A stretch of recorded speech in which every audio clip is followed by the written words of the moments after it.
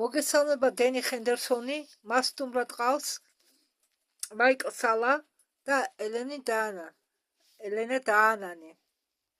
გამარჯობათო მეგობრებო, როგორ გაქვთ საქმე? მიმართავს მაიკლ სალას და ელენა დაანანს. ორივე მიისალმებიან წამყვანს. დენი ეკითხება მაიკლ სალას, დავიწყოთ იმის თუ რა ხდება დღეს ცაში. რა დრონებია რომ დაფრინავენ ცაში დღეს? ცაში იმდენი რამე ხდება, რომ ბევრი კითხვები დაგროვდა, რომელსაც აუცილებლად უნდა გაეცეს პასუხები. მაიკლ სალა, მომეცით ნება დავიწყოთ თქვენგან და თქვენი შეკითხვებიდან. დრონებზე, რომელიც ოკეანიდან ამოფრინდებიან ხოლმე. მოდით ხალხი დავამშვიდოთ და მოუყვეთ მათ, რა ხდება სინამდვილეში. მაიკლ სალა, სწორს ბრძანებთ, იყო ბევრი მესიჯი დრონების გამოჩენაზე სხვადასხვა რაიონში, ამერიკის ტერიტორიაზე, მით უმეტეს ნიუ-ჯერსიში. აგრეთვე იყო მესიჯები ოკეანეში დრონების გამოჩენაზე. ამერიკის კონგრესმენმა შეგვაწყობინა, რომ ოკეანიდან გამოდიან დრონები, სადღაც მეახლოებით გამოფრინდა 50 ცალი დრონი და მაგათმა დაიწყეს ამერიკის ტერიტორიაზე ფრენა. იყო ინფორმაცია იმის შესახებ, რომ ეს დრონები მოფრინდა რუსეთიდან. რომ დრონები შეიძლება მოფრინილიყო ირანული გემიდან, გადამზიდველიდან, რომელიც განლაგებულია სანაპიროსთან. მე აგრეთვე გულისხმობ იმას, რომ კოლორადოში გადის სამხედრო სწავლებები, სადაც ამერიკა ტესტს უტარებს თავის სისტემას, ტესტი,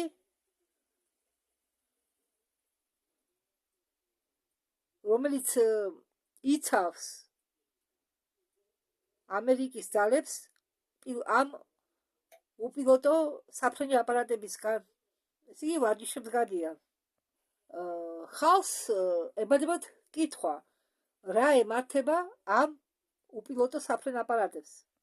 და თუ დავაკვირდებით იმ ტექნოლოგიებს, რომელიც არის გამოყენებული ამ უსაფრენო უპილოტო საფრენ აპარატების აგებაში,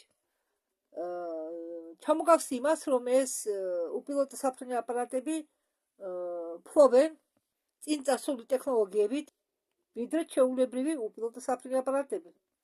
მოქალაქეებს, რომლებსაც აქვთ ეს ბიშპილოტნიკები, ამბობდნენ, განაცხადეს, რომ ცდილობდნენ გაეშვათ, რომ ენახათ თუ რა ხდება, მაგრამ მათი უპილოტო საფრენი აპარატები იმ წუთასვე იბლოკებოდა. ეს იმას ნიშნავს, რომ ის უპილოტო საფრენი აპარატები, რომლებიც იქ დაფრინავენ, მათ შეუძლიათ ჩვეულებრივი უპილოტო საფრენი აპარატების სიხშირეების გვერდით ავლა. ეს გავს ტექნოლოგიას უფრო მაღალი დონისა, ვიდრე სამოქალაქო უპილოტო საფრენ აპარატებს. და ექსპერტებისა უმრავლესობა ვარაუდობს, რომ ეს შეიძლება იყოს რუსული ან ჩინური ან ირანული ტექნოლოგია.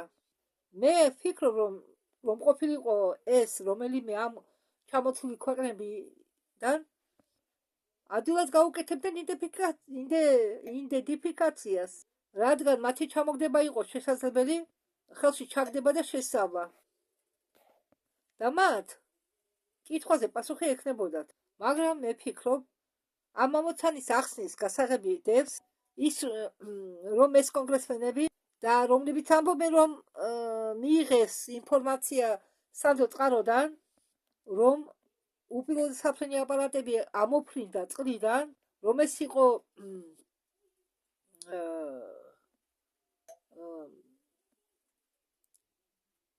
მთელი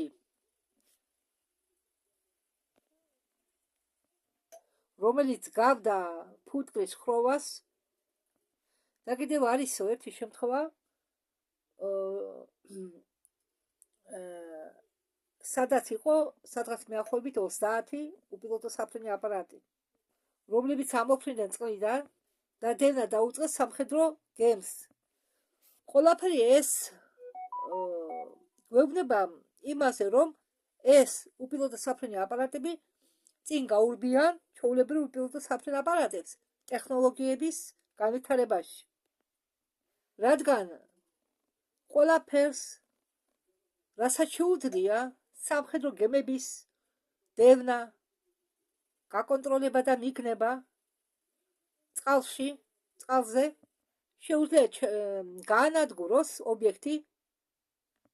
მე მისვლა მინდა ამბობს მაიკ სალა, რომ ასეთ ობიექტებს აქვთ შეერაღების სისტემა ბორტზე, ამ შემთხვევაში უპილოტო საფრენ აპარატებს და მათ შეუძლიათ განადგურება ობიექტის. მათ არავისგან არ ჭირდებათ ნებართვა, რომ ჩამოაგდონ ის უსაფრენო უპილოტო საფრენი აპარატები, რომლებიც მათ გამოედევნებიან ხოლმე. მაგრამ ის ფაქტი, რომ ამ უპილოტო საფრენმა აპარატებმა დევნა დაუწყეს სამხედრო გემს ინციდენტების გარეშე, ნიშნავს, რომ მაგათ არ მიუღიათ ბრძანება მათი ჩამოგდებაზე, ან არ შეუძლიათ ისინი ჩამოაგდონ. მაგრამ მე მგონია, რომ ეს უპილოტო საფრენი აპარატები არის კორპორატიული ინიციატივის ნაწილი, რომელიც შედგება სიხლისეულ სახელმწიფოში, რომ არიო დარიოს სიტუაცია გადატვირთოს ცა მესიჯებით უპილოტო საფრენ აპარატებზე. ხალხმა არ იცის რა არის ამბავი მესიჯი უპილოტო საფრენ აპარატებზე და ბევრმა არ იცის რა არის ნამდვილი საფრენი ამოუცნობი აპარატი. და მე ვფიქრობ, რომ ელენას აქვს მეტი ინფორმაცია galaktikul ფედერაციის როლზე და სხვა პოზიტიური უცხოპლანეტელებისა იმაში, თუ ახლა რომ ჩნდებიან ცაზე და ხსნიან თავის თავს. წამყვანი უხდის მადლობას მაიკ სალას. ელენა დანანი გთხოვ, თქვენ გააგრძელეთ მიმართავს დინი ელენა დანანს. ეს მახსენებს მე ანგარიშ იმაზე, თუ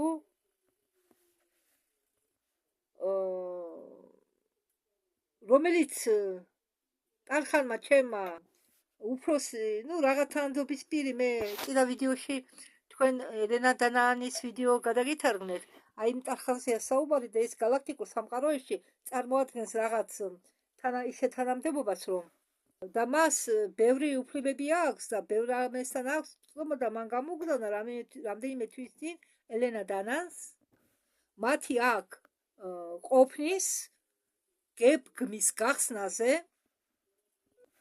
და მათ თანამშრომლობაზე პოზიტიურ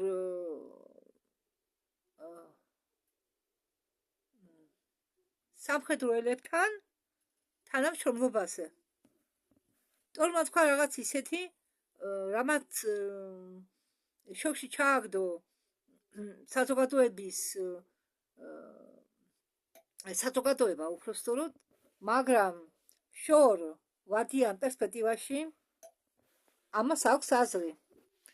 მან თქვა, რომ ისინი არ დაიწყებენ საჯაროდ თავისი საკუთარი თავის გახსნას უეცრად და ღიად მოკლე ხანის ვადაში, რადგან ჯერ სიღრმისეულ ან როგორც მაგას უწოდებენ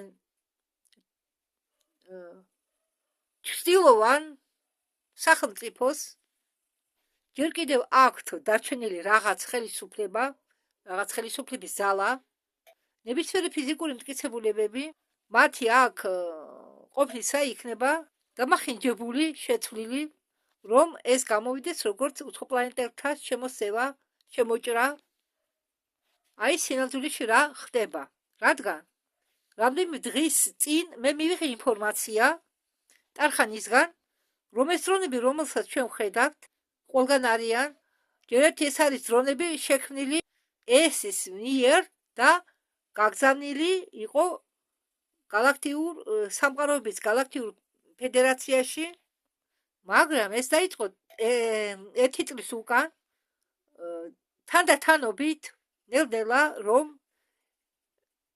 საზოგადოება მიეჩვიოს არამიწიერი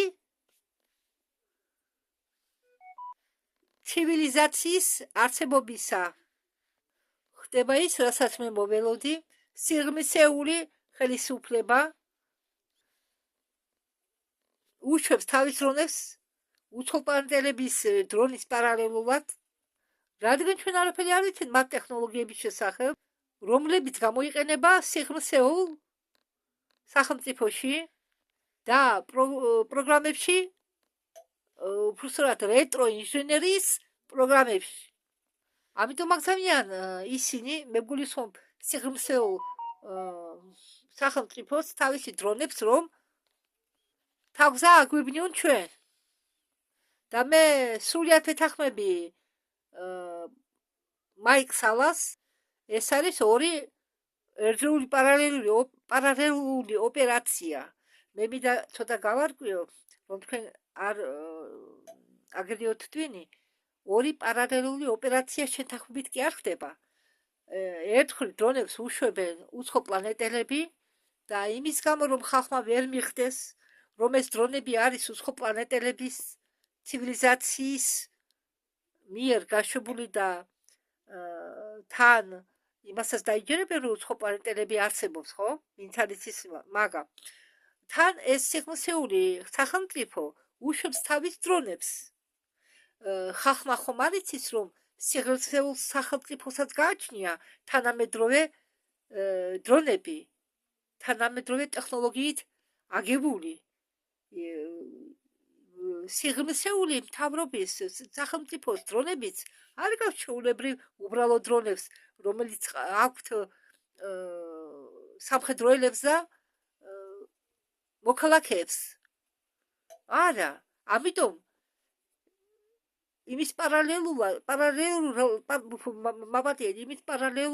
პარალელურად რომ უშვებენ დრონებს ჩვენთან მოსული უცხოპლანეტელები, ეგენიც უშვებენ დრონებს, რომ ხალხმა იფიქროს, რომ ხდება უცხოპლანეტელების შემოსევა, შემოჭრა დედამიწაზე და ამით ხალხი შეიყვანონ პანიკაში.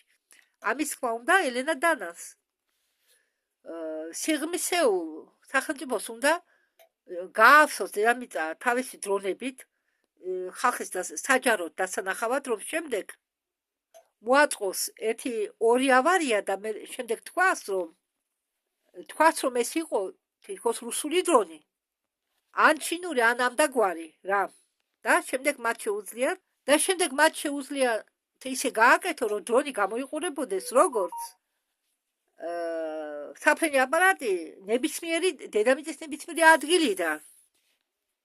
და ეს ამართლეს ფედერაციის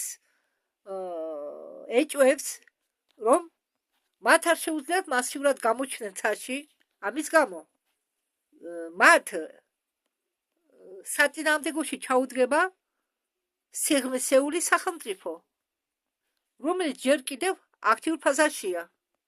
წამყვანი თხოვს მაიკ სალას გააგრძელოს ინტერვიუ.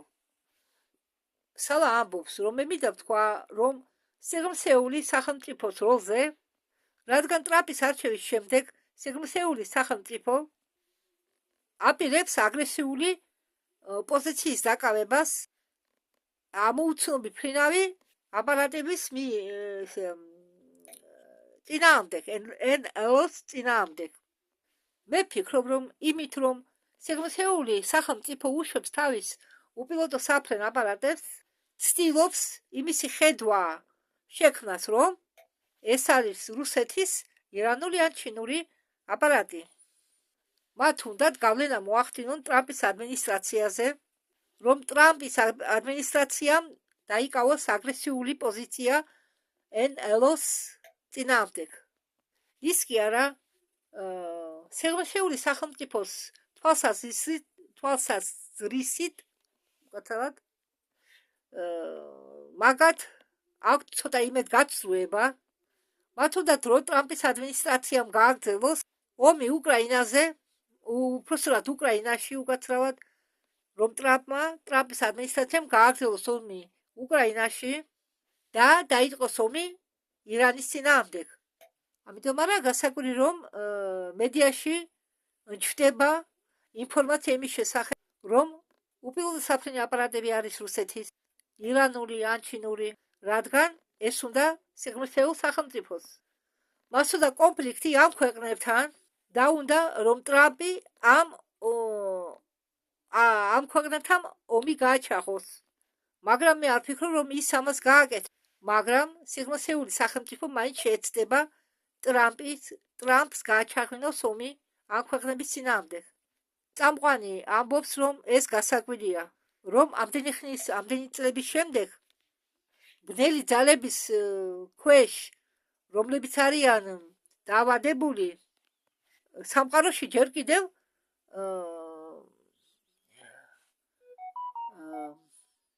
სარგებლობენ მასეთი ტაქტიკით და ეს დესპოტები რომლებიც ხვდებიან ისინი ხვდებიან ბუკვალურად ისინი არიან ხოჭოებივით რომლებიც მზეზე იღებენ ლურჯს ისინი ბუკვალურად გამოიფიტებიან ცდილობენ მახე დაუგონ ცდილობენ აისრულონ დიდი ხნის წინ ჩაფიქრებული გეგმები და ცდილობენ ყველაფერი მოაგვარონ რომ ყველაფერი გამოიყურებოდეს კარგად. თუმცა ეს მასე არ არის წამყვანი ამბობს რომ ერთადერთი რაღაც რაც მე ახლა მაწუხებს 2024 წელს ნიკოლა ტესლამ უდიდესმა მეცნიერმა 1800 წლების მეცნიერმა დაგვიტოვა მემკვიდრეობით არაჩვეულებრივი ტექნოლოგიები 1897 წლისთვის მან შექმნა ლაზერული იარაღი როგორც დაცვის საშუალება. სამწუხაროდ, როდესაც ეს იარაღი მოხვდა მთავრობის ხელში, მათ გამოიყენეს ის თავის ანგარებიან მიზნებისთვის და დაარქვეს ამ იარაღს სასიკვდილო ჰამა ზარბაზანი. თვით ტესლა არაერთხელ ამბობდა საჯაროდ რომ არ უნდათ ის დაამახსოვრდეს ხალხს როგორც ამ იარაღის შემქმნელი. მან შექმნა დაცვის მექანიზმი ყოველი ქვეყნისთვის ჩვენ პლანეტაზე და ეს სიმართლეა. ყოველ ქვეყანას შეეძლო თავის დაცვა ნებისმიერი საფრთხისაგან, რომელიც ემუქრებოდეს იქნება ციდან, დედამიწიდან ან ზღვიდან და ყველა ქვეყანას ექნებოდა მასეთი იარაღი და ეს მოუღებდა ბოლოს ომებს პლანეტაზე. მაგრამ რადგან ჩვენ ცხოვრობთ დემონურ პატრიარქულ სამყაროში, აგრეთვე ოკულტურ სამყაროში, მათ უნდათ კაცობრიობა ყავდეთ ხელში და ეს კარგად მუშაობს დიდი ხანია უკვე. საინტერესოა როგორ აპირებენ ისინი კონფლიქტის გაჩაღებას რუსეთს და ირანს შორის. თუ თქვენ ცხოვრობთ ინგლისში, სადაც ახლა მე საიდანაც მივყავს ჩემი გადაცემა, სიძულვილი სიბრაზე და ძალადობა ტრამპი და პუტინის წინააღმდეგ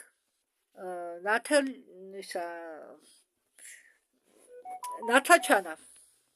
თქვენ შეგიძლიათ ეს იგრძნოთ, რადგან ადამიანები ისე დააპროგრამირეს ტელევიზიით ჰიპნოზი გაუკეთეს და ასე შემდეგ რომ ეს ორი ადამიანი ყველაზე ბოროტები არიან პლანეტაზე. და რა ხდებოდა ავსტრიაში და გერმანიაში, როდესაც გიტლერი მოვიდა ხელისუფლებაში. გიტლერს ხლიდნენ იდეალისტურ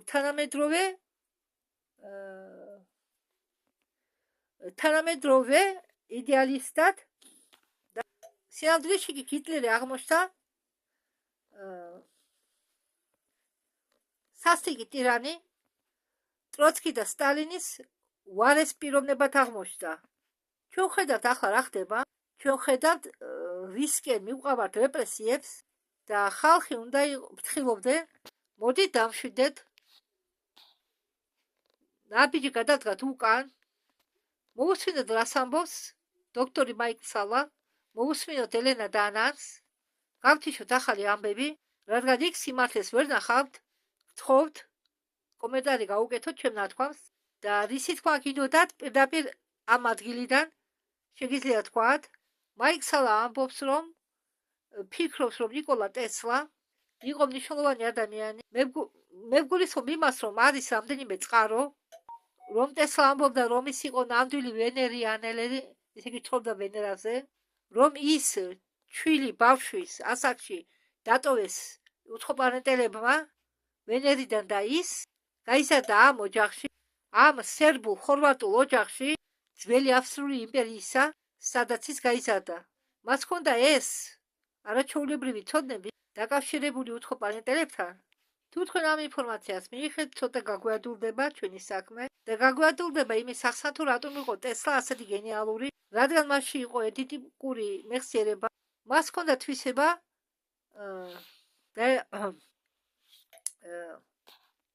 მას ჰქონდა თვისება შეექმნა მაღალი ტექნოლოგიები ტვინში და შემდეგ ამ ეს ტექნოლოგიები ახდედნენ დიდ გავლენას პლანეტას. მაგალითი არის ის სასიკვდილო ლაზერი, რომელზეც თქვენ ლაპარაკობდით, დაცულია სინამდვილეში დაკავშირებულია დაცვით ფარასთან ტესლისა, რომელიც იყო მისი ერთ-ერთი გამოგონება. ეს იყო ელექტრომაგნიტური დაცვა, როგორც თქვენ თქვით, დენი შეეძლო დაეცვა გემი ან მთელი ქალაქი ნებისმიერ გარე შემოჭრისაგან. ეს ტექნოლოგია არსებობს უკვე დიდი ხანია და დამუშავებული ან მუშავდება საიდუმლო კოსმოსური პროგრამების ჩარჩოში. 8 ან 10 წლის უკან მე ვწერდი იმის შესახებ, რომ მოკლე ვადის პერიოდში ყველა ავიამზიდავი ნაწილები ამერიკისა იყვნენ უკან დაბრუნებული პორტებში. ამერიკას რაღაც მოკლე ვადით არ ყავდა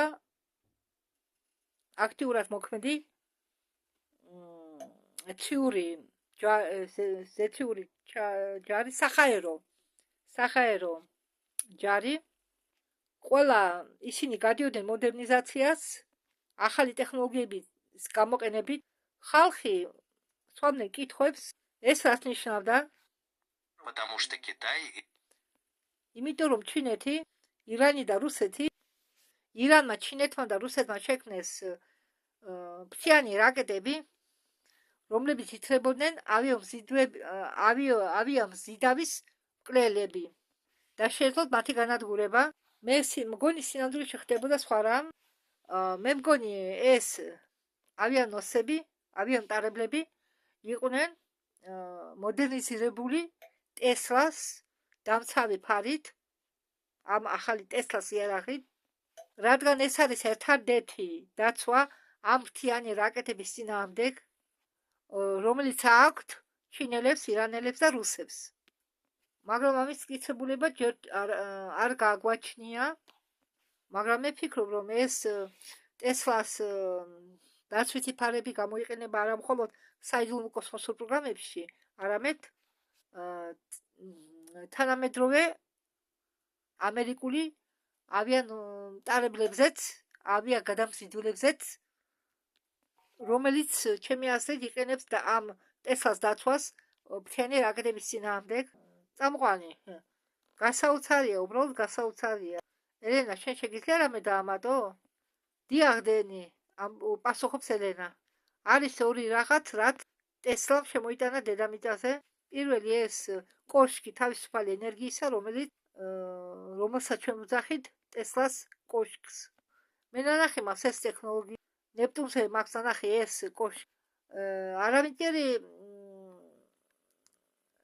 ცივილიზაციის წარმომადგენლები დასახელებით კავდასი, რომლებიც ცხოვრობდნენ წყალქვეშა ქალაქებში ნეპტუნზე და გამოიყენეს ეს კოშკები ეფირის ენერგიის აკუმულაციასთვის, რომ დაეკმაყოფილებია ენერგიით თავისი წყლისქვეშა ქალაქები წყლის ქვეშ ენერგია გადაეცემოდა შახტებით კოშკამდე და როდესაც მე ეს ვნახე და მოგიყევი შენდენი და ჩვენ ეს ერთად ვნახეთ, ჩვენ გაგვიელმა რომ ეს იყო ტესლას კოშკი. ეს იყო ისეთივე პროცესი და ისეთივე არქიტექტურა, როგორც ეიფელის კოშკს გუმბათიანად. შემდეგ მე მივხვდი რომ ეს ყველაზე უძველესი კულტურა, რომელიც ესწრება აგრეთვე ვენერაზე, ისინი არიან ვენერის ვარსკვლავურ სისტემაში და ვენერის და ნეპტუნის ვარსკვლავურ სისტემაში. ამბობენ რომ ტესლა არის ვენერიდან წვეთი. მე გავიფიქრე, აი ეს ჩვენ რაღაც გვაქვს რა, რაც ეხება ფარის სიხშირეს. ეს არის ტექნოლოგია, რომელიც იყენება ფართოდ არამიწიერ ცივილიზაციებს შორის, ასეთი როგორც გალაქტიკურ სამყაროების ფედერაციაში. ეს ფარები გამოიყენება დაცვისთვის სხვადასხვა ობიექტებისა, კოსმოსური ხომალდებისა, კოსმოსური სადგურებისა, სამხედრო ბაზებისა. ეს დამცავი ფარები არის ბაზებზე, რომ დაიცვან მიწისქვეშა ობიექტები. ჩვენ კი გვაქვს კიდე ერთი მაგალითი რუმინეთის თემში. ეს არის ფარის სიხშირე, რომელიც ატარებს ხოლმე ადამიანებს სწორი სიხშირეებით, ესე იგი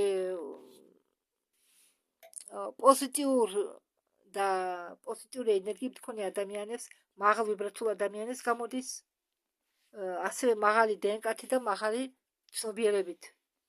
ამ ტექნოლოგიებს ვარსკვლავური ხალხი იყენებდა მრავალი საუკუნის განმავლობაში. მაიკლ სალა ითხოვს სიტყვას. მაიკლ ამბობს, რომ უნდა რაღაც დაემატებია. მე ვიღებდი ინტერვიუს დოქტორ კლიმენტსთან, ფიზიკოსი ოქსფორდიდან და ელექტრონულ ფარებზე. ეს მხოლოდ უხეში დათვაა გარე მოქმედებისაგან. Я думаю, что Тесла говорила... ტესლა ამბობდა ამ დაგვარ რაღაცაზე. ელენა და დევიდ კლიმპი აღწერდნენ უფრო გათანამედროვებულ და უფრო თანამედროვე ვერსიას ამ ელექტრონული ფარისა, რომელიც არის ცოცხალი ორგანიკული ტექნოლოგია. მე ვფიქრობ, რომ შენ იგივე თქვი, ელენა, როდესაც ყვებოდი ფარის სიხშირეზე, შენ რომ გიცადა მის ქვევით გავლა, ის შენ მოკლავდა. ეს იყო უხეში ფარა, მაგრამ ის, რაც შენ ნახე მთაზე, იყო პლაზმური ცნობიერება. როდესაც შევლაპარაკობ ტექნოლოგიებზე, ძალიან მნიშვნელოვანი არის პრიმიტიული დონე, როდესაც იქნება ელექტრონული ველი, მაგრამ არის უფრო განვითარებული დონე, როდესაც ველში უმატებენ ორგანულ ცნობიერებას.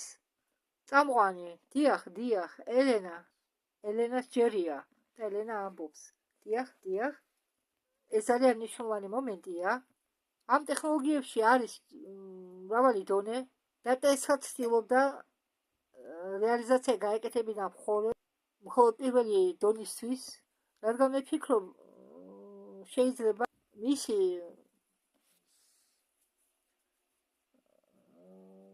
შეფარდება ტექნოლოგიასთან, რომელიც უკვე არის დედამიწაზე, ბაზის ხომალდებთან, გემებთან, რომელიც ჩვენ გვაქვს და იცი ცნობიერებასთან ურთიერთობისთვის უფრო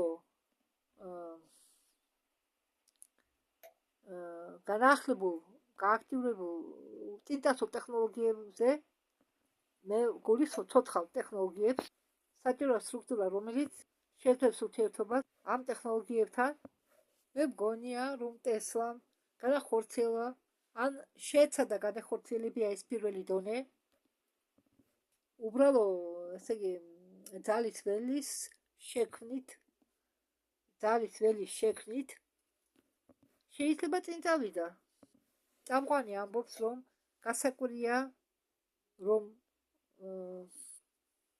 იქნა შენახული დოკუმენტირებული საბუთები.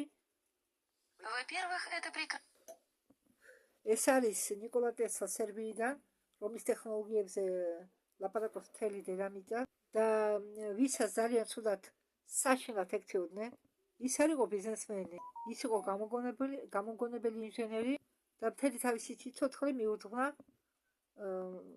კაცობრიობის სახურებას, ცხოვრების გაუმჯობესება ყველა სფეროში და ჩვენ ნახეთ მასა დაემართა შემდეგ წლების რაღაც წლების განმავლობის შემდეგ 40 წლების შემდეგ ასე 50-იანი წლების დასაწყისში ჩვენ გვაქვს ველი რობლესტინ ტორი კიდევ ერთი ადამიანი ფიზიკურად განვითარებული ადამიანი ტესლა იყო ადრე ტორი იყო ტესლას შემდეგ ის მოფრინდა ვენერიდან პენტაგონში და ისევ ეს ფოტოები ვიღაცას რომ დაეხედა ვიღაცას ვინც სკეპტიკურად არის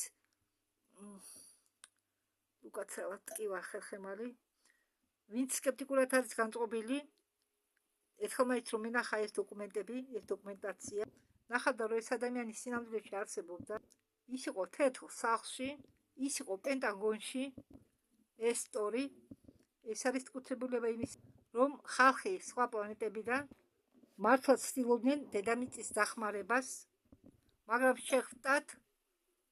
შეხვდნენ წინააღმდეგობას არა იმ ადამიანების მხრიდან ესე იგი შეხვდნენ ეს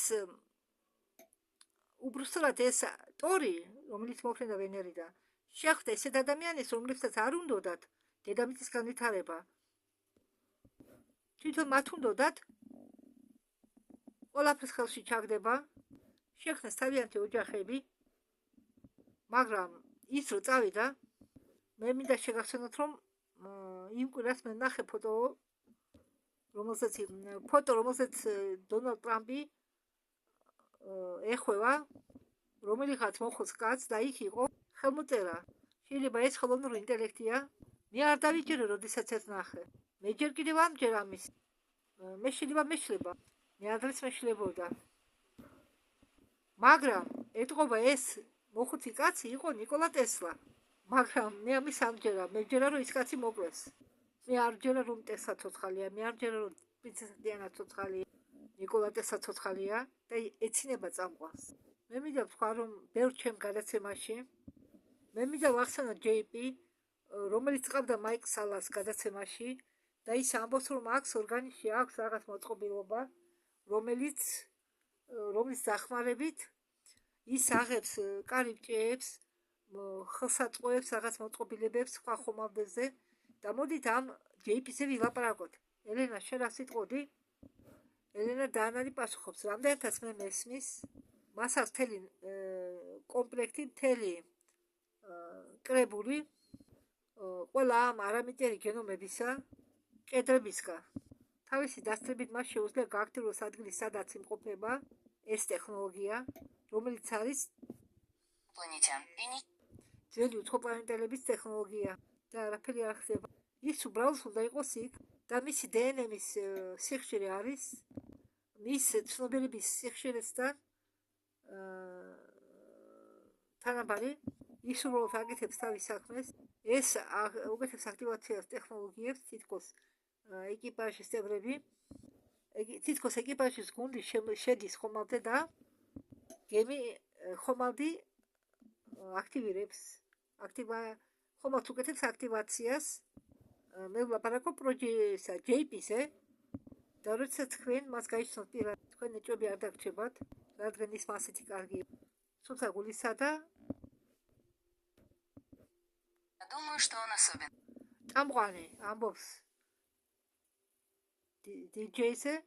ჯეიზე რომ ის მართლაც არაჩვეულებრივია და მაიკ სალას უხდის მადლობას და მაიკ სალას ხობს გააგრძელოს მაიკ სალა ეუბნება რომ მე ის მას გავიცანი 2008 წელს ის მე დამიკავშირდაო თული იყო იმის დაჯერება რასაც ის ამბობდა ყვებოდა რადგან ეს იყო უცნაური ინფორმაცია მტკიცებულებების გარეშე ფოტოების გარეშე მაგრამ როდესაც მან დაიწყო ფოტოების გამოგზავნა მე მართლა ვნახე მისი ინფორმაცია ორი მხრით და დაწუნდი იმაში რომ მას აქვს სიხშირეები და ცნობიერება, რომლებიც ადამიანს საშუალებს მას გადაადგილდეს სხვადასხვა სამყაროს შორის. ის აღწერს სამყაროს, სადაც ცხოვრობენ სკანდინავები, უცხო პლანეტელები, რომლისთანაც ჰქონდა კონტაქტი, საიდუმლო პროგრამების სამყარო, რომელშიც ის მონაწილეობდა კიდევ მაქამდე სანამ ჯარში წაიყვანდნენ. ის საიდუმლოდ მიყავდა VVS-ის თანამშრომლებს ამ პროგრამებში, იმ ადგილებში, სადაც ისინი ატარებდნენ საიდუმლო ექსპერიმენტებს და მე მინდოდა მენახა როგორ ურთიერთმოქმედებს მისი გენეტიკა ტექნოლოგიებთან. ისინი სწავლობდნენ ჯეჯის, რადგან ესმოდათ, რომ ხალხი, რომლებიც მართავენ ამ პროგრამებს, სინამდვილეში ერკვევიან ცნობიერებაში და გენეტიკაში და ეს უბრალოდ ტექნოლოგია არ არის, რომელიც ჩვენ გვესმის. მაგალითად, ნებისმიერ შეუძლია მანქანაში დაждდეს და გაიმგზავროს, მაგრამ უცხო პლანეტურ ტექნოლოგიებთან, რომ უბრალოდ ამუშავო მანქანა, ჭირდება სწორი DNM-ი, გასაღებია ეს თქვენ DNM-ია, რომელიც ამოძრავებს მანქანას ხომალდს, თითქოს თქვენ გჭირდებათ სწორი ცნობიერება და ჯეპისაც აქვს იგი. მე გავიგე, რომ მას აგზავნიდნენ მრავალ ქვეყნებში, რადგან საიდუმლო აგენტებს სურდათ ენახათ ის, როგორ მოიქცეოდა ამა თუ იმ შემთხვევაში, როგორ გამოიყენებს ის ამ ტექნოლოგიებს და ის აღწერდა მრავალ სიტუაციებს. ერთ-ერთი სიტუაცია მე მომეჩვენა ძალიან საინტერესო. გადახდა მას მაშინ, როდესაც ის გაემგზავრა ერთ ადგილას და შეხვდა უცხოპლანეტელი კატას. ის იყო ადამიანი ლომი, მაგრამ ძალიან მოხუცი. მან აღწერა ეს ადამიანი კატა, როგორც ინსტრუქტორი შეიარაღებაში და ჯეპი მოყვა ის და რამდენიმე ადამიანი როგორ გადიოდნენ სწავლებას ამ შეიარაღების სწავლას ძალიან არაჩვეულებრივი ტექნოლოგიებისა. ეს ყველაფერი იყო დაკავშირებული ცნობიერებასთან და DNM-თან. როდესაც ჯეპი წავიდა ჯარში 2020 წელს, 2022 წლამდე მას აღზარდნენ ყველა ამ ადგილებში და მისი ცნობიერება და მისი DNM-ი, მით უმეტეს საქმე, როდესაც ეხებოდა კოსმოსურ ხომალდებს, მისის იყო ძალიან მნიშვნელოვანი. მას სჭირდებოდა ცოდნა მართვა ამ ხომალდებისა. მათი აქტივაცია შეუძლებელია, თუ ვინმეს არ აქვს საჭირო ცნობიერება და DNM-ი.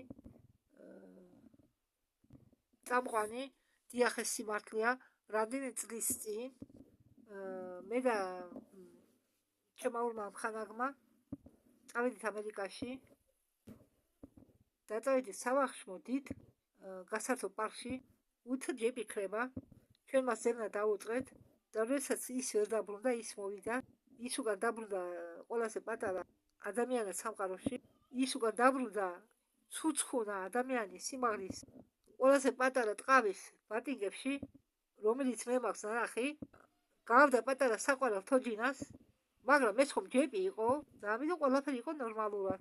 გასაგებია, რომ ჯეპი სადღაც იყო, დაუბრუნდა ჩვენ სამყაროს და იყო ყველაზე პატარა ადამიანი, ცუცხუნა ადამიანი, რომელიც არავის არ ყავს არასდროს ნანახი, ხვდება სიცილით, მაგრამ ჯეპი უნდა დააფასო. ის ყველთ არავის იყვანს. ჩვენ ვიყავით ერთხელ ჰოტელში, რაღაც კონფერენციაზე. იქ უნდა ყოფილიყო კონტაქტი უცხოპლანეტელებთან. ჯეპი ყოველ საათში პატრულირებდა ჰოტელის ყველა სართულებს, რადგან ის მასეთია. მას აქვს უნარი, ქანაობის თუ მაიატნიკივით. აგრეთვე მე მინდა ვთქვა, რომ ჩვენი მეგობარი ალექს კოლერი არის ყველაზე მნიშვნელოვანი კონტაქტორი ანდრომედიანელებთან. ყველასგან თუ ვინმე ოდესღაც ყოფილიყო ბოლო კონფერენციაზე, რომელსაც ჩვენ ვატარებდით ერთად, ჩვენ ორნი და ჩვენ კიდე სხვები, პაპასი სთხოვეს ელენას სცენაზე გამოსული, რომ მოეყოლა რუხებზე და რეპტილოიდებს, უფრო სიკარაზე და ნებოზე, რომლებიც იყო დაახლოებული ჩვენ პლანეტასთან. შემდეგ მე მოვიწვიე ტონი, რომ მას მოეყოლა სამხედრო ბაზაზე მარსზე. მარსი მართლა ოკუპირებულია. შემდეგ მე მოვიწვიე ჯონი ჩარლზი, რომ მას მოეყოლა კოსმოსურ კოსტუმებზე. ეს ძალიან მნიშვნელოვანი ინფორმაცია. შემდეგ ალექს კოლერმა დაასრულა გამოსვლა. მან მოყვა სფერულ კოსმოსურ ხომალდებზე, კოსმოსური ხომალდების ცნობიერებაზე, რაც აუცილებლად უნდა ითოდეს კაცობრიობამ. აი ის გაკეთებას ვაპირებ მე ვთხოვ ჩემ გუნდ ეს ვიდეო სადაც ჩვენი ის ავტორზე და მინდა რომ ეს ვიდეო მაგათ მაატვევთ ამ არხზე უფლო რომ ყველა შეძლოს მისი ნახვა თუ თქვენ გამოტოვეთ ინფორმაცია ბიგ სკოლიესი კოსმოსურ ხომალდებზე და ანდრომედის ტექნოლოგიებზე გამოდის ეს გამოტოვებული თქვენი პირადი მოგზაურობისა მეც მინდოდა თქვენთვის შემეხსენებია და არის ბევრი რამ რაც უოლდენ კლიფი ვახსენეთ ნიკოლას კოშკი ვახსენეთ კოლორადოს სპრინგსში სადაც მან შეძლო გამოიყენებინა დენი ელექტროდენი პლანეტას და გაეტარებინა ის ესე იგი კოშკში გაეტარებინა კოშკში რომ შემდეგ ეკვება ქალაქები ერთი მეორეს მიყოლებით შემდეგ ედისონი და მორგანი ამბობენ ჩვენ გამოიყენებთ მხოლოდ მუდმივ დენს ჩვენ გვინდა რომ ყველამ გადაიხადოს დენის საფასური ზუსტად ამ ნაბიჯურებმა მასე მოიქცნენ სანამ მოკლავდნენ ტესლას და გაანადგურებდნენ მის ინფორმაციას მე მინდა რომ ადამიანებმა ხალხმა თვითონ გამოიძიონ და გაარკვიონ ეს ვიკიპედიაში არ შეიხედოთ უფრო ღრმად ჩაიხედეთ და ნახეთ მათემატიკური მაგალითები ტესლას კოშკის რომელიც იყო გამოყენებული ტესლას კოშკის ასაგებად თქვენ კი გამოგონებლებმა დაიწყეთ თქვენი საკუთარი კოშკების აშენება აი რისკი ვისწრაფით ჩვენ როგორც კაცობრიობა აგრეთვე მე მინდა თქვენ ყურადღება მიაქციოთ იმ ფაქტს რომ თქვენ ტექნოლოგიები რომლებსაც იყენებენ თებში ელენა ხო ვერ მოგიყვებოდი თქვენ რომ იყავით იქ რამდენიმე კვირის უკან მაიკლ სალათან ერთად და ჩვენ მეგობართან კატაკი სიყვარული თქვენ პალინა კატაკი და თქვენ ჩვენი რუმინეთთან რომელსაც ჩვენ ახლა ვხედავთ ყველა ახალ ამბებში პალინა კატაკი არის ბიბლიის სოდნა ბიბლიური დაკვა და ჩდება ყველა ჩვენ არხებზე ის ჩვენი კარგი მეგობარია და ჩვენ გვინაწილებს ინფორმაციას რუმინეთზე ელენა და მაიკლი თქვენ ახახან იყავით იქ გადავიყვანეთ ჩვენ რამდენიმე კვირით უკან და მოგვიყვებით ჩვენ იმ ტექნოლოგიებზე რომლებიც იგზენით რუმინეთში და რა არის სიმართლე ავტობუსის მიმართებაში და რატომ არის ყოველ ქვეყანაში სფინქსი და რატომ წარმოადგენენ პირამიდას ელენა მე წავიკითხე წიგნის სერიები და მე მომიჩვენა ეს წიგნები ძალიან საინტერესო მე მივიღე დამოწმება ჩემი ნაცნობისა რომ ეს ყველაფერი სიმართლეა ჩვენ პალინა კატისთან ერთად ჩავატარეთ ექსტრასენსორული პროცესი და გავარკვიეთ რომ იქ არის დნმ-ის და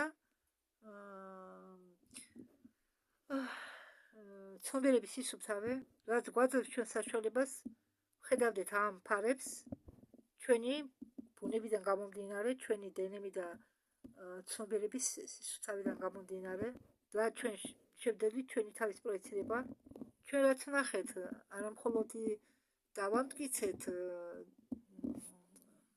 ის რაც იყო წიგნში რადუკინოსი არამედ ეს იყო სხვა თვალსაზრისი იგივე ტექნოლოგიაზე ორი სხვადასხვა თვალსაზრისი ჩემი და კარინასი Моя точка зрения была связана с моей древней жизнью с ჩემი თვალსაზრისი იყო გამომდინარე ჩემი ცხოვრებიდან ძველ ანალოგებს შორის რომელიც იყო დიდი ხნის წინ და მე მქონდა ცდობა ამდაგვარ ინფორმაციაზე და ტექნოლოგიაზე ეს იყო ჰოლოგრაფიული გენეტიკური ლაბორატორია სადაც ჩვენ შეგვიძლია გამოგვეყენებინა ჰოლოგრაფიული ტექნოლოგიები და დნკ-ს შესალევად სხვადასხვა სახეობისა და ასე შემდეგ და მე ვიცანი ეს ტექნოლოგია და მე ვთქვი რომ იქ არის ლაბორატორია მე ეს არ ვნახეთ ჩემი თვალებით და ვერ ვიცანი ტექნოლოგია კარინასთვის ეს იყო ძალიან ემოციური რადგან виденное с воспоминаниями о том, как я შეადარა ნანახი თავის მოგონებებთან ის გაიტაცეს ბავშვობაში რუმინეთის სპეც სამუშაოს წარმომადგენლებმა ნუ რუმინეთის კგბ ასე ვთქვა რაც განლაგებულია შავი ზღვის სანაპიროზე როდესაც ის ბავშვობაში იქნა იქ გაგზავნილი და მას ჰქონდა მეხსიერებაში ჩავარდნა და მას გაახსენდა როგორ იშთა სავარდელში უცნაური ტექნოლოგიებით და ისინი იყენებდნენ მას როგორც პატარა გოგონას, რომ აქტიურობა გაეკეთებიათ ამ ტექნოლოგიისთვის და მან ნახა, იპოვა ეს სავარდელი და ეს მისთვის იყო ძალიან დიდი განცდა და ჩემთვისაც, როდესაც ჩვენ ეს ნახეთ. მან შეძლო ამ ტექნოლოგიის აქტივირება თავისი ცნობიერების ზარით, იმით რომ უბრალოდ პროექტირება გაუკეთეთ ჩვენ ცნობიერებას, ჩვენ ვიყავით მხოლოდ მიწიდან, ზედაპირიდან მიწისა 20 მეტრი, ეს იყო ძალიან ახლოს, ასეთი ჰქონდათ გამოცდილება. მოკლედ რომ თქვა, რა არის სიმართლე იმ ადამიანების გაკონტროლებაში, რომლებიც ამბობენ, რომ ნახეს ეს და ეს. კარინა პატაკიმ დაწერა თავის წიგნში, რომ თავისი წიგნი დაწერა რამდენიმე წლის უკან, ახლა კი განაახლა ეს წიგნი.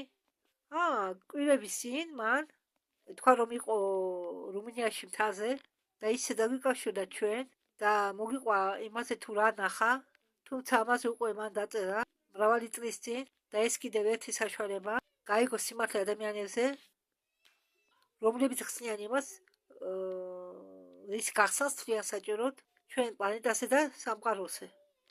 რამდენიმე წლის წინ დოქტორმა მაიკ სალმა მიიღო ინფორმაცია რადიოკინოსგან, თქვენთან არხზე არაერთხელ გამოვიდა პიტერ მონი. თქვენ თვითონაც აგიკითხეთ წიგნი, იყო თუ არა რაღაც თავისებური მიზეზი, რომლებაც თქვენ მიმართულება მოგცათ, აი თუ არა ის სასახლება დღეს რუმინეთში და კავშირები კარინა პატასთან, ბოდიში თავიდან ვერ გავიგე ამის სახლი და პალინა დავარქვი და ნარკვევა კარინა, კატა თუ პატა, ძალიან უცნაური სახელი და გვარები. კარინა პატაკი. მაიქსალა ამბობს, რომ მას ძალიან აინტერესებდა რადიოკინოს წიგნების წაკითხვა. მოახლოებით 2003 წელს იყო გამოყენებული ახალი სისტემა რადარისი და მათ შეეძლოთ აღმოეჩინა სტრუქტურა ბუჯიკის ცების ქვეშ და ამან მოიყვანა იქამდე, რომ ამერიკა და ნატო წაიწიან წინ იმით, რომ რუმინეთი მიიღეს ნატოს ალიანსში, ასე რომ მოვლენების ქრონოლოგია იყო ზუსტი და როდესაც მე გავიგე ამ უძველეს შენობაზე, უძველეს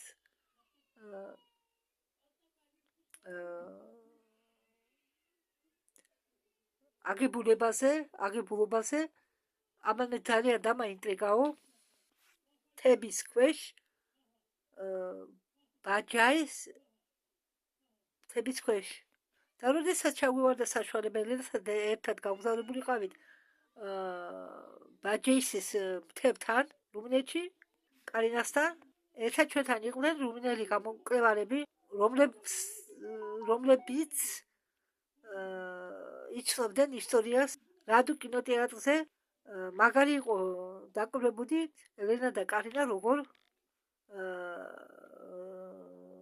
მოქმედებდნენ ექსტრასენსორული უნარების დახმარებით და როგორ შედიოდნენ თებში სენსორული ენერგიებით, რა ხდება იქ. ისინი ახდენდნენ იმას, თუ რას ხედავდნენ მოგზაურობის დროს და კარინა, როგორც თქვენ უკვე გაიხსენა თუ ბავშვობაში როგორ იყო ამ ადგილ.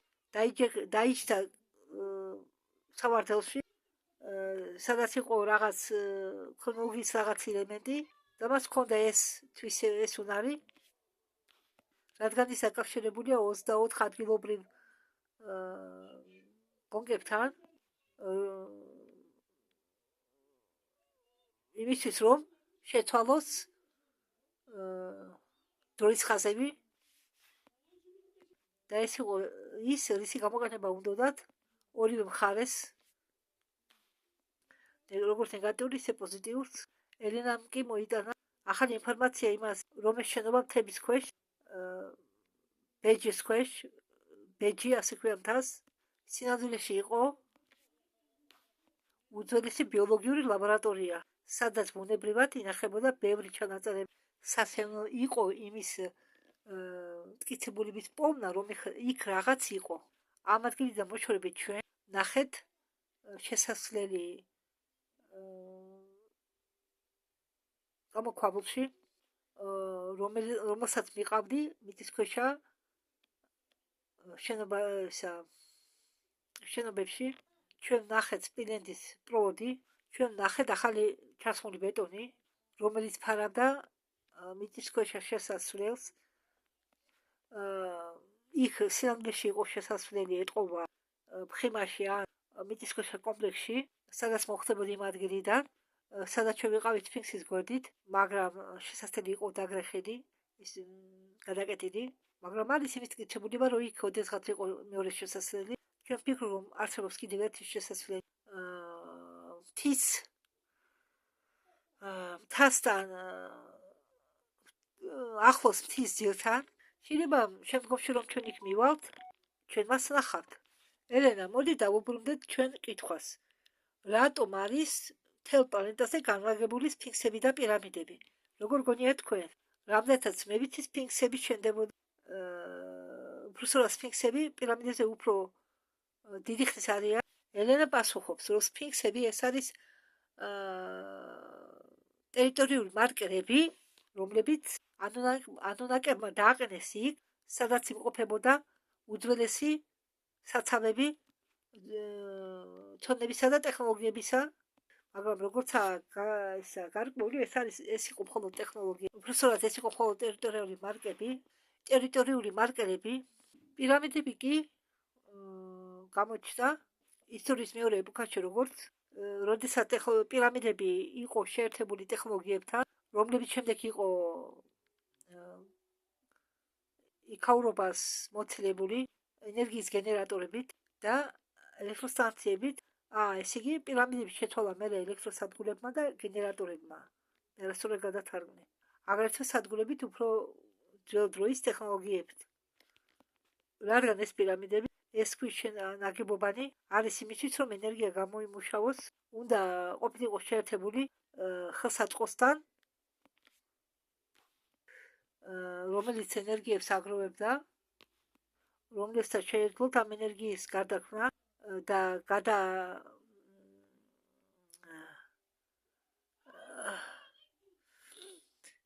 როგორ ვთქვა, გადამისამართება სხვა ხელსაწყოებს, ქალაქების საკვებად და სოფლებისა და ასე შემდეგ. და ეს ტექნოლოგიები ან იმყოფება მიწისქვეშ, ან იქნა მოღებული. ეს იყო ისტორიის მეორე პერიოდში და მასში მონაწილეობდნენ არა ანუნაკები კი არა, არამედ სხვა კულტურები, სხვა არამეტერი კულტურები. თქვენ იყავით ატლანტიდის კოლონიით. ამ გალაქტიკაში იყო ხალხი სხვა ვარსკვლავური სისტემებიდან, რომლებიც მონაწილეობდნენ ამ პირამიდის მშენებლობაში, ასე რომ ეს არის ძალიან ფართო და დაწვრილებითი თემა. წამყვანი ამბობს, რომ ჩვენ არაერთხელ ვამბობთ იმაზე, რომ ადამიანის სისხლი და სხეული ფლობს ელექტრომაგნიტურ ველებს. პლანეტაზე მილიონი ადამიანი ფლობს ასეთივე თვისებას. მე მინდა ცოტა ამაზე ვილაპარაკო, რადგან რუმინეთი ახლა ახმავლობაზეა. რუმინეთი იგებს, იქ ჩნდება ახალი ტექნოლოგიები. ეს ქვეყანა კურთხეულია, სინათლე იზრდება, მაგრამ ბოლო წლები იყო ძალიან ბნელი პერიოდი, როდესაც საბავშვო ბაღებში მართავდნენ კონკურირებული სამხედრო ელები და იყვნენ რამდენიმე ასობით 1000 ბავშვი, რომლებსაც წირავდნენ. В Англии показывали кадры, как детей ინგლისში გვაჩვენებენ კადრებს, სადაც გაჩვენებულ ბავშვებს, რომლებიც დაკაჩული იყვნენ ნარკოტიკებით, შტაბელებივით ადებდნენ ერთმანეთზე. ისინი იყვნენ ცოცხლები, მაგრამ დარჩნენ ფსიქიკური დარღვევებით. ეს იყო ნამდვილი გენოციდი რუმინეთის ახალგაზრდა თაობის იმისთვის, რომ განადგურონ მოსახლეობა. დიახ, ეს არ გამოუვიდათ, მაგრამ მე ერთხელ ვნახე პატარა გოგო დოკუმენტურ ფილმში. მე არ ვიცოდი, რომ ეს გოგო იყო. არ გავდა. მას ჰქონდა გადახვედრილი თავი, ფეხი იყო სიძლიერე მოტეხი, რომ შეხორცდა, გვერდზე იყო გამოწეული. ეს ხატება მე დამდებდა კუთხე, რადგან ამ გოგონას უკან მისძებდა ერთანი. პატარა გოგო მიხოხავდა იატაკზე შიშო მუცელზე და ესმა დიდი ხანი ვერ დავივიწყე.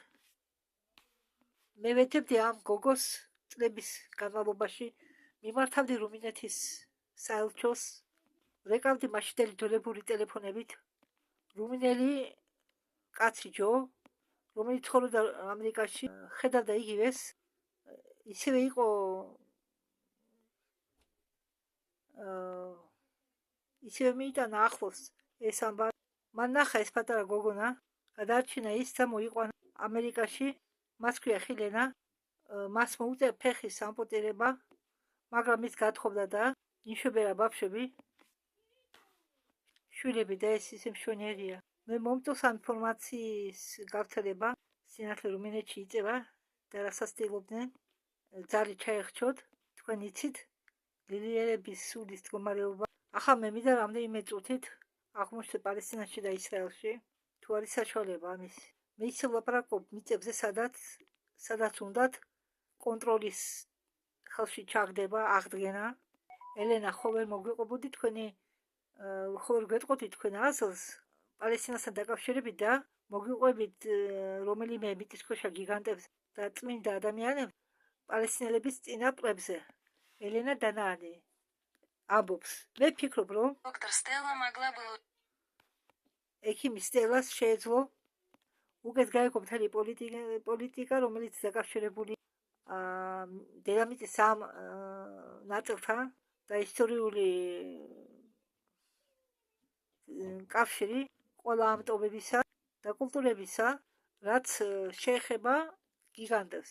მე ვიცი, რომ არსებობს ბევრი არამიწიერი და მიწიერი ცივილიზაციები, რომლებიც არიან სტაზისში სხვადასხვა ადგილებში, მაგრამ მე ამაზე საუბარს სიტყვას გადავცემ ექიმ მაიკ სალას, რადგან ვიცი, რომ ის უკეთ ერკვევა ამ საკითხებში.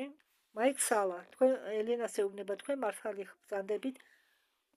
რა უნდა ითქვას გოლიათებზე პალესტინაში, ჩვენ უნდა მიმართოთ ლეგენდებს 200 დაცემულ ანგელოზებზე, რომლებიც ჩამოვიდნენ მთა ხერმონთან, დაწერილი ენოქის წიგნში. ეს 200 დაცემული ანგელოზი დაამკვიდრდნენ იქ და ამდაგვარად დამაგდნენ იქ. ვინ იყვნენ ისინი? მე მინდა ელენას ასი გავიგო.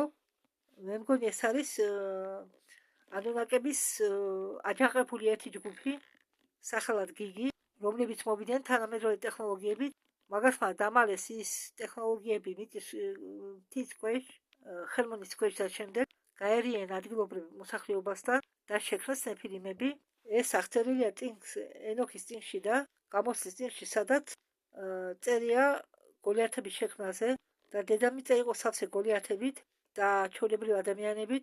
აგრეთვე ბიბლიაში უხვად არის ისტორიების სხვადასხვა ტომებზე გოლიათებისა, რომლებიც იქ ცხოვრობდნენ და იყო ბრძოლები ისრაელებს და გოლიათებს შორის. მე მგონი ეს ბრძოლები იყო ერთი სხვადასხვა ფრაქციებს შორის. მე გულისხმობ, რომ გიგი იყო ერთადერთი ჯგუფი და აჯანყებული ანუნაკებისა. აგრეთვე იყო ფრაქცია ენკი და ენრიდისა, რომლებიც მონაწილეობდნენ ამაში და მე მგონია, რომ პალესტინის ისტორია ძალიან საინტერესოა გოლიათების თვალსაზრისით, მათ ურთიერთობაზე სხვადასხვა არსებებთან, ანუნაკებთან და რაც მნიშვნელოვანია, გეოპოლიტიკის თვალსაზრისით, ისრაელმა სულ ახალხან დაიტაცა მთა ხევრონი.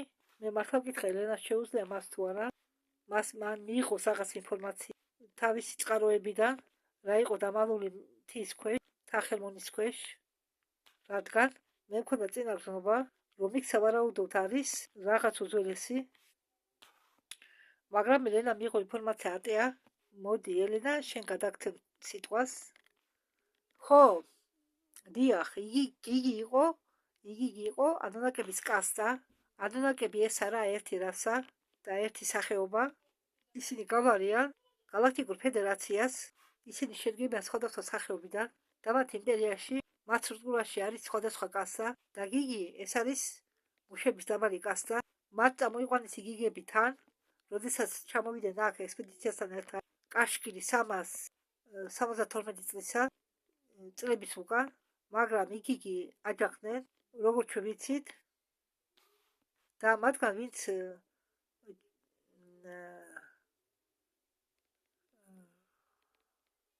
ჩამოვიდა თა ჰერმონზე, ინფორმაცია, რომელიც მე მივიღე, იყო იმაზე, რომ ისინი იყვნენ სიკეთის ხარეს, ანოლაგები იბრძოდნენ მრავალ რიცხოვანი ფრაქციების წინააღმდეგ და ასე ვთქვათ, ტერმინი ბუნტი აქ ძალიან უხდება. Он сказал мне, что под этой горой есть какая-то древняя технология. მან მითხრა, რომ ამ მთის ხევრონის ქვეშ არის რაღაც უძველესი ტექნოლოგია. ეს არკა არამედ მთელი კომპლექსია, რომელიც გავს ბაზას, არა ლაბორატორია, არამედ ტექნოლოგია, რომელიც დაკავშირებულია კოსმოსურ ხომალდებთან და კოსმოსურ მოგზაურობებთან. შეიძლება იქ იყო მიწისქვეშა კოსმოდრომი, საიდუმლო კოსმოდრომი, იქ აგრეთვე არის იარაღი, რომელიც მათ ეგონათ, რომ ვერავინ ნახავ და ვერ აცოდეს, მაგრამ არავინ იცის ეს რა დროს მოხდება თუ არა. და სხვა დღეს, მეორე დღეს მე ვკითხე მას სხვა ნივთებთან დაკავშირებით და მან მითხრა, რომ იქ არის კარიბჭე, ვარსკვლავური კარიბჭე და მას შემდეგ ამეხსნა თუ როდესაც ისინი მოფრინდნენ დედამიწაზე, იქ არ იყო არანაირი ვარსკვლავური კარიბჭეები. ეს კარიბჭეები უნდა დაეყენებინათ და უნდა გაეკეთებინათ აქტივაცია, რომ ქონოდათ შესაძლებლობა დაკავშირებოდნენ თავიანთ სამყაროს და ხომალდი ნიბირუდან მოფრინდა ფიზიკურად და შემდეგ დააყენა ეს ტექნოლოგიები და ეს სახტომი კარები, ვარსკვლავური კარიბჭეები და კიდევ ერთი არის დამალული თა გერმანიის ქვეშ, რომელიც ამ მომენტში დეაქტივირებული არის და ესაა მთელი ის ინფორმაცია, რაც მე მივიღე. წამყვანი, ხო, ეს შვენიერია. ზუსტად იქ მიდოდა გამგზავრება, რადგან იქ არიან ადამიანები. მე არ ვიცი ფიზიკურად რამდენად შორს იმყოფება თა გერმანი, იერუსალიმიდან, აგრეთვე გლოვის კედელი და მუსულმანური ტაძარი მიზევით, მაგრამ მიწის ეს ნაწილი არის ყველაზე სასპორო ადგილი მთელ პლანეტაზე. ამბობენ, ლაპარაკობენ, რომ ეს არის ყველაზე აქტიური იმ რაც ეხება ჭექა კუხილს, ვარსკვლავებთან ცვენას, ენელოს აქტიურობა, რადგან იქ არის ვარსკვლავური კარიბჭე, ძველებმა იცოდნენ ამის შესახებ. არის ისტორია მოსეზე, რომელიც გამოვიდა არა ჯუნგლებიდან, არამედ უდაბნოდან.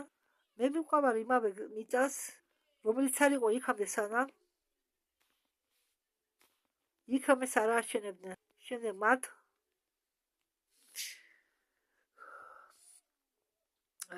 ხელშეკრულება დადეს და სთხოვეს მათთვის მიეცათ ეს მიწა. მე ვფიქრობ, რომ იქ არის სოლომონის ტაძარი და მთელი ეს ისტორიები, მაგრამ მე არ ვარ რელიგიის მომხრე და როდესაც მე ვამჩნევ, რომ ენერგეტიკულად ვეჯახები რამე, მე ეს არ მომწონს და Стараюсь не хранить это. ვცდილობ ეს არ შევინახო. ჩვენ დედამიწაზე ახლა დადგა ისეთი პერიოდი, როდესაც იღება სიმართლე, ხალხი იგებს სიმართლეს. ახლა რაც შეეხება პალესტინას და ისრაელს, დედამიწაზე არაერთი ადამიანი დარჩენილი, ვის ცვლის, რომ პალესტინა და ისრაელი პალესტინამ უნდა დაუთმოს ისრაელს. მე ვიდა ვთქვა, რომ მოვიდა დრო, ჩვენ ყველანი გავერთიანდეთ და დავიწყოთ ყველანაირი პოლიტიკა, შუღლი, წყენა, ბრასი, ჩვენ უნდა გავერთიანდეთ. გავერთიანდეთ ჩვენი მთავარი ტყვის წინააღმდეგ, კაბალას წინააღმდეგ. ერთი რამ უნდა იცოდეთ, რომ ჩვენ პლანეტაზე ადრეც იყო გენოციდი და ახალც ხდება გენოციდი. ბევრია ძირი ერებიდან, მაგალითად როგორც პალესტინელები ძველ ისტორიაში ცდილობდნენ, ძველ ისტორიაში იყო შემთხვევები, როდესაც უნდათ ამ ხალხის განადგურება. როგორც იეზიდების განადგურება თურქეთში, რა შეგიძლია თქვათ ამ ძირ ერებზე, ამ ტომებზე, ჩვენ პლანეტაზე? ელენე ამბობს, რაც შეხება იეზიდებს, ისინი არიან კურდი ხალხის, კურდი ერის ნაწილი. კურდები წარმოადგენენ უძველეს ტომს, რომლებიც არიან პირდაპირ ხაზი, ადამიანური ხაზისა, ძველი შუმერებისა. მათ ძალიან საინტერესო დნმ აქვს, რომელსაც შეუძლია აქტივირება განსაზღვრული საგნებისა. ისინი არიან ძველი ცოდნების შემნახველები, ისტორიული ცოდნებისა. მაგას მას ზუსტად იციან რა მოხდა და გადასცემენ ამას შთამომავლობაში, თავის სწავლებებში.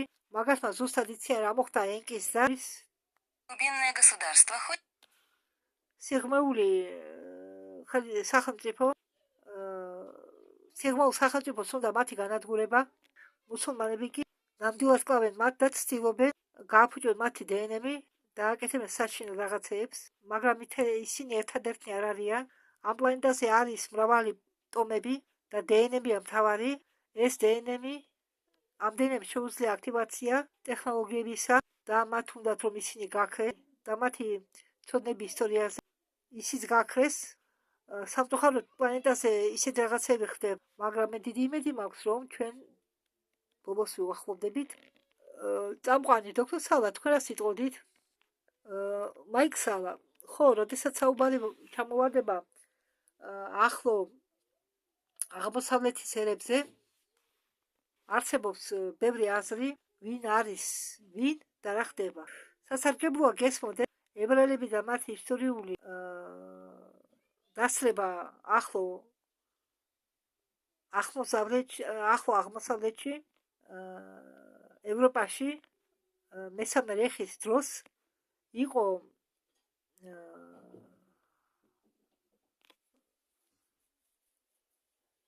მიზანი გასანადგურებლად. მესამე რეხი კი თანაშრომლობდა, როგორც ჩვენ ვიცით, რეპტილოიდებთან დრაკოსთან. И после Второй мировой войны. და მეორე სამამულო ომის შემდეგ გერმანელებიც და ბნელი ფლოტით თანამშრომლობდნენ მუსულმანურ ნაციონალისტებთან, რომ გაანადგურონ ებრაული ხალხი. ესე იგი ებრაელებში იყო რაღაც ისეთი, რაც არ მოწონათ გერმანელებს და დრაკოს.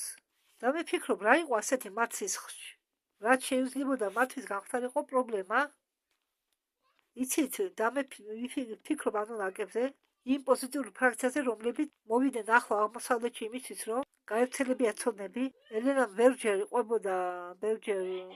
ყვებოდა ანაკების სხვადასხვა ფრაქციებზე, მაგრამ ჩვენ ვიცით, რომ პოზიტიური ფრაქცია იყო დაკავშირებული EAS-თან, ნეგატიური ფრაქცია, რასაკვირველია, იყო დაკავშირებული დრაკონელებთან. და თუ გადავხედავთ ამ რეგიონის ისტორიას, რატომ ცდილობენ მუსულმანები ასე მაგრად გაანადგურონ ებრაელები. მე არ მინდა ვილაპარაკო ყველა მუსულმანებზე, მაგრამ ჩვენ ახლა ვლაპარაკობთ ექსტრემისტებზე. არის ბევრი მუსულმანი, რომელიც თავშეკავებულია თავის აზრების გამოთქმასთან, უნდა დაამყარონ მშვიდობიანი ურთიერთობა, მაგრამ როდესაც საქმე იდგება ექსტრემისტამდე, მათ უნდათ ებრაელების განადგურება. ეს გავს ძველ კონფლიქტს დრაკო და ანუნაკებს შორის, როდესაც საუბარი მიდის იმაზე, თუ ვინ აკონტროლებს პლანეტას და სხვადასხვა ფრაქციებზეა საუბარი, რომლითანაც თანამშრომლობდა ელენა დანაანი. მე შეიძლება არ მესწოდეს ყველა ნიუანსები. ახლო აღმოსავლეთის ყველა ძირი ერბის ისტორიასთან დაკავშირებით, მაგრამ მე ვფიქრობ, რომ აქ არის ეგზოპოლიტიკური ელემენტი. ელენას უნდა რაღაცის დამატება. როდესაც მე და ენკი ვიკვლევდით ადამიანის გენომს, ჩვენ აღმოვაჩინეთ ცნობიერების მთელი პოტენციალი, რითაც ფლობენ ეს ადამიანები.